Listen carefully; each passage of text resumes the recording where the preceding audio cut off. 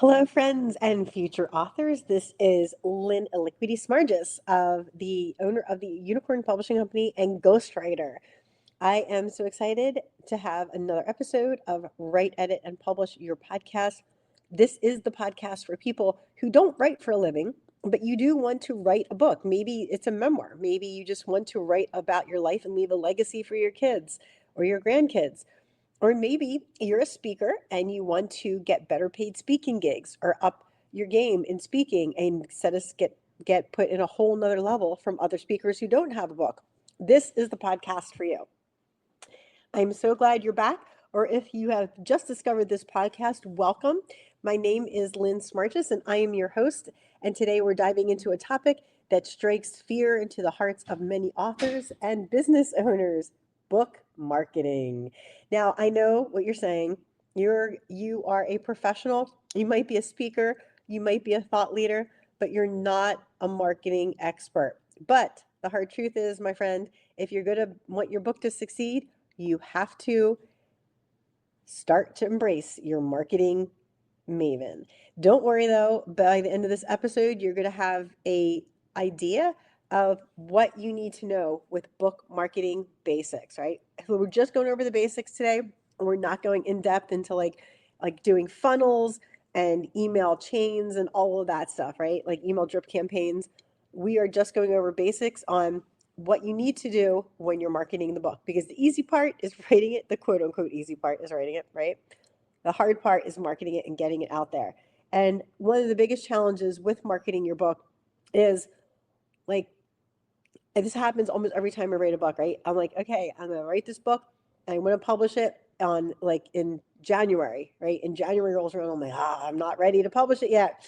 So, life gets in the way, and that's okay. But you still need to plan. And what I like to do is, instead of planning a date, I like to plan a month. So I'm going to have my book done by the end of March, right? Or something like that. Or I want to have my book done by spring. That's a little more general. But anyway, you still need to have some kind of timeline or goal. So you need to know how to plan, because you want to start marketing early. All right. So first things first, you want to start with a marketing plan about 6 months ahead of time. Figure out your marketing plan. So if you're planning to publish the end of April, you want to start thinking of a marketing plan in November, right? One of the things I always recommend is never publish your book in December. As a bad idea on so many accounts, because one is everybody's Christmas shopping, everyone's busy. There's so much competition for advertising. If you're going to advertise, don't publish in December. A couple times to publish that are really good times are January, which is why I'm publishing my book publish my book in January. And another great time to publish your book is September, because kids are going back to school. There's not a lot of competition for ads and stuff like that. It's a really good time to publish your book. You can also publish your book. Another good time is May, because people aren't super busy, right? You don't want to publish your book around major holidays when people are super busy, that's for sure. And you don't want to publish your book during the holiday, Christmas time and winter, because ads are so expensive, because everybody's buying advertising and you're going to get lost in the advertising. So it's going to be more expensive and not as many people are going to see your ads. So definitely keep that in mind. All right. But anyway, you want to start planning 3 months ahead of time, and you want to, or excuse me, start planning 6 months ahead of time, and you want to start initiating your campaign at least 3 months before you want to publish your book. That is ideal. Now, it doesn't always happen. It doesn't always happen with me, and I've done this several times, but that is what you want to do. That's the ideal thing. So this is called your pre-launch period. And you want to do what's called building buzz, right? Like generating excitement, maybe putting your book up for pre-order, and ensuring your book hits the ground running on launch day and that people already know about it before you launch your book. So some key pre-launch marketing activities might include building your author website, but you don't have to have an author website to launch a book. Maybe you're a professional and you're a speaker and you have a website already. That's great. Make a page that says book and put your book on there and start talking about your book. Maybe you're talking about your book in your blogs. Maybe you're starting to talk about your book on your podcast, right? Build a stream of early reviewers. So take your book and you can share it with people. And I always have them fill out a non-disclosure agreement, so they're not going to talk about the book. It's that they know it's copyrighted and they're not allowed to take any information from it. But I ask people to read a chapter of my book, and I have it on a Google Doc, and they read that chapter, and then they can write a review about it before the book even comes out. So things like that are super helpful. You want to build your social media presence, and also if you don't have a podcast, pitch yourself to podcasts, right? So one of the things I always recommend to people, don't a lot of these places that like say, oh, we'll come out and find people for you, they are not great places, because I've gotten so many emails from people like that, and you can tell they haven't even listened to an episode of my show, because what they're writing about is not what my show is about, and what they're pitching their expert for is not going to be a good value for my listeners, right? You can tell a lot of these places don't even do their research. So a lot of these places for hire to find podcasts to be on, not good. What I highly recommend is a platform called Podmatch. So you can get on there if you have a podcast, or you can get on there if you want to be on a podcast, or if you want to do both. And so what you do is you set up a free account, and you can get up to like, I think, 4 a day for free. But if you want the paid account, you can get more opportunities to match with people. So fill out your profile. Like you say, I'm a podcaster, and you can have two profiles. So you can say, I'm a podcaster and I'm looking for to be on a podcast. And then you can talk to people on that platform who have podcasts and say, hey, this is why I would be a good guest for your show. But if you're going to do that, because I've been in podcasting for 7 years now, what I would highly recommend is that listen to at least 5 or 6 episodes of the show, so you know exactly what that podcast is about. And you have to pick a show that does interviews. Some people don't do interviews on their show. So if you're pitching a show and they don't do interviews, that's not going to get you anywhere. Okay. So make sure that you understand what the show is about, what the niche is. Are their listeners your listeners, right? And also know when you get on that podcast, you're not going to pitch your book the whole time. You're going to give them some really good informational value, and then at the end you can usually pitch your book. And make sure that you have a collaboration call with the podcaster ahead of time to make sure that you both understand what you're coming on there for, what you're going to do, what the format of the podcast is, and that you get their permission ahead of time to pitch your book at the end. That's super important. You also would be sweeten the deal if you want to give them some money for being a featured guest on their podcast, like $75 or $100. That's really helpful, because a lot of podcasters, they don't get paid from their guests, especially if you don't know that person already and you haven't met them in a networking event or something. Giving them money is really good, because they're spending their time and effort and they're marketing your book on their podcast. And that's one of the actual best ways to grow your audience, is to market your book on a podcast. All right. Some other things you can do is do some guest blogs. And you can also do some guest posts on other websites. So if you know other people who have websites that have a complementary audience or a complementary service that has the same audience, that's a great thing to do a guest post, and offer them to do a guest post in return, right? Don't just ask, but say, hey, would you mind if we did like swapped guest posts on our blogs? That's an awesome way to get some early marketing in for your book, right? The more groundwork you lay before your book is released, the better position you're going to be for a successful launch, right? So leveraging your existing platform. So your existing, you might have multiple platforms, right?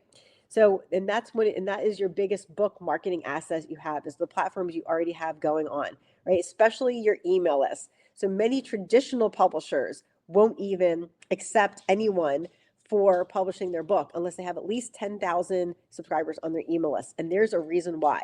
People still read their emails. That is the best marketing you can do for your business. And it's one of the best marketing things you can do for your book, in addition to podcasts, right? Is having that email list and sending that information out to people, letting them know that you're coming out with a book, right? And then here's some of the information you can find in it. Here's some of the pain points that it's going to answer. If you're going to have a book special when it's launched or do a pre-launch, definitely mention that in your email as well, right? And it's really, really important. Some other platform assets you can use are your social media following. One of the things I love to tell people is if you get on your social media and just make little videos about like each chapter of your book, and then just post those, and you can rotate them out and repeat them every, 3 weeks. That's a great way to market your book. Another great way to market your book is to contact some influencers in your space and say, hey, if I send you a PDF copy of my book, would you do a little blurb on it on your channel? Maybe you can give them something in return, right? Maybe you can take that video and put it on your platform, or maybe you can take that video, put it on LinkedIn and tag them on it. So, see what they would like in return for that exchange. Another thing you can do is, market your book on LinkedIn. If you have a LinkedIn newsletter, especially, that's a great place to market a book. Or if you have a network, either in person or virtual, that also helps. Your podcast, if you have one, excellent way, like I said before, your YouTube channel or your website. So one of the things I like to do is take my book chapters and make them and summarize them into blogs and say, if you want to find out more, buy my book. That's another great way to talk about your book on your own website. So your existing platform consists of anybody you already know and any platforms you have out there already, right? Like YouTube channel, podcasts, LinkedIn, all right? And so the people already know, like, and trust you, which makes them the perfect audience to promote your book to. So start by announcing your upcoming book to your email list, offer them, the pre-order bonus or discount, create a sense of insider access because people love that kind of stuff. Get them to be excited about your book launch, right? Get them to be excited about your book. Share behind the scenes content on your social media channels or sneak peeks of your cover design, snippets from your manuscript, photos of your writing process. Build anticipation so people get really excited and give your followers a reason to invest in your book. All right, one of my favorite marketing ideas too is to summarize a chapter on an episode of my podcast. And you can see this, an example on my podcast, Caring for Your Aging Parents. So if you look up that podcast, my last few episodes that I'm going to publish all highlight a chapter of my book. And I talk about that in the episode. So people get a sneak peek into the value of my book so they know what to expect in the book, what pain points my book, Sensible Senior Solutions, is going to solve for them. So keep that in mind when you're marketing your book. All right, harness the power of reviews. Book reviews are the lifeblood of a successful book launch. We all know this. Reviews are social proof, which means they show that you have something that's good, right? That other people are going to want. So lend credit, and social proof lends a lot of credibility to your book, and it can be a deciding factor for potential buyers. If people don't see any reviews or they see a couple and they're not good, then they clearly are not, they're going to stay away from your book probably, right? So aim to have at least 20 to 30 reviews posted on a launch date. If you're doing a pre-launch sale, that gives your book a boost in the algorithms and convinces browsers to take a chance on a new author. How do you get these crucial early reviews? By strategically distributing advanced reader copies to book bloggers, influencers, and members of your launch team in the months leading up to the publication. That way they have a copy of it and then they can leave a review on your Amazon review. All right, make it as easy as possible for your readers to leave a review by providing clear instructions and direct links. Don't forget to express your heartfelt gratitude because reviewers are giving you the precious gift of time and their platform. Also, another thing to remember when you're doing reviews too, which I just thought of, is that you can, one of the things I like to do when I ask people for reviews is I give them some prompts like, hey, here's some things you can write about. Like, what did you think about this? How did you feel this? What type of value did this book bring? What pain point did this book solve for you, right? These are all great prompts because sometimes people don't know what to write. So give them prompts when you are sending them instructions or asking them for a review. All right, keep the momentum going post-launch. So after you've launched your book and it's published, congratulations. Now that your book is out in the world, you're going to take time to sit back, relax, and watch the sales roll in, right? Nope, not yet. Not so fast, my future author, because this is going to take some time. The first 30 to 90 days of the book's release are so critical for maintaining your momentum and ensuring your book has staying power.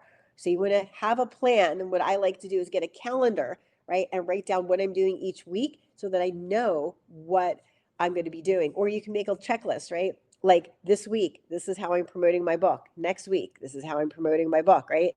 So you can keep track of who you contacted, where you're promoting your book, and how often you're promoting your book every week to get the buzz going around, right? You can do promotions, you can do giveaways, pitch yourself for interviews and guest posting opportunities. Continue to do that in the first 30 to 90 days, right? Considered paid advertising options. So Amazon ads has paid advertising options. So does Facebook. I wouldn't recommend Facebook. I haven't heard anything really great come out of Facebook. Also, I know people have done Google ads for their book, and I know that hasn't turned out great either. But you can do some ads. There are also some specialty book ad things that you can do as well.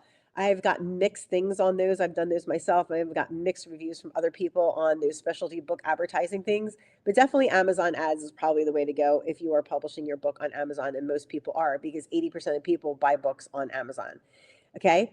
So remember, book marketing, it's a marathon, not a sprint. And it's your success is going to be based on your consistent ongoing effort, because that's going to be the key to your long-term success, because you want to build that loyal readership, right? You want to build that loyal readership of people who are excited about your book and hopefully asking you, when's your next one coming out? All right, there you have it, my friends. These are book marketing very basics that every author needs to know and be aware of, right? So I hope this has demystified some of the basic process and given you some actionable strategies to try, right? So definitely get out that calendar, giving you some ideas to try. You can do them in whatever order you feel fits, that you feel comfortable in. And remember, you need to do book marketing no matter who you are, right? Even if you're an A-lister, you need to tell people about your book, because if you don't tell people about your book, no one's going to know. Of course, if you're an A-lister, you probably do the same amount of marketing, right? But you'll just sell more books because you're an A-lister. But even A-listers have to do marketing. The most important thing, though, is to start early, leverage your existing assets that we talked about, keep your momentum going even after launch day, right? That's probably one of the hardest things to do after launch day, is to keep your momentum going, because that's when you typically fizzle out as an author for marketing. All right, you've got this, my future author friend. And if you found this episode helpful, make sure to hit the follow or subscribe button at the top of your favorite podcast player. And if you enjoyed this episode and you have a specific question about publishing or writing your book, or an idea for a future podcast episode, and you'd like to have that answered on the show, I'd love for you to submit your question by going to my ghostwriting website, www.writeforyou.me, fill out the contact form. I'd love to answer your question or hear your suggestion for a future episode of the Write, Edit, and Publish podcast. Join me next week as we dive into the topic of ghostwriting, what to ask, how to work with a ghostwriter, and what to expect when you hire a ghostwriter. Until next time, my friends, this is Lynn Smargis, ghostwriter and publisher at Unicorn Publishing Company. Keep writing and publishing your amazing books out into the world. See you next week.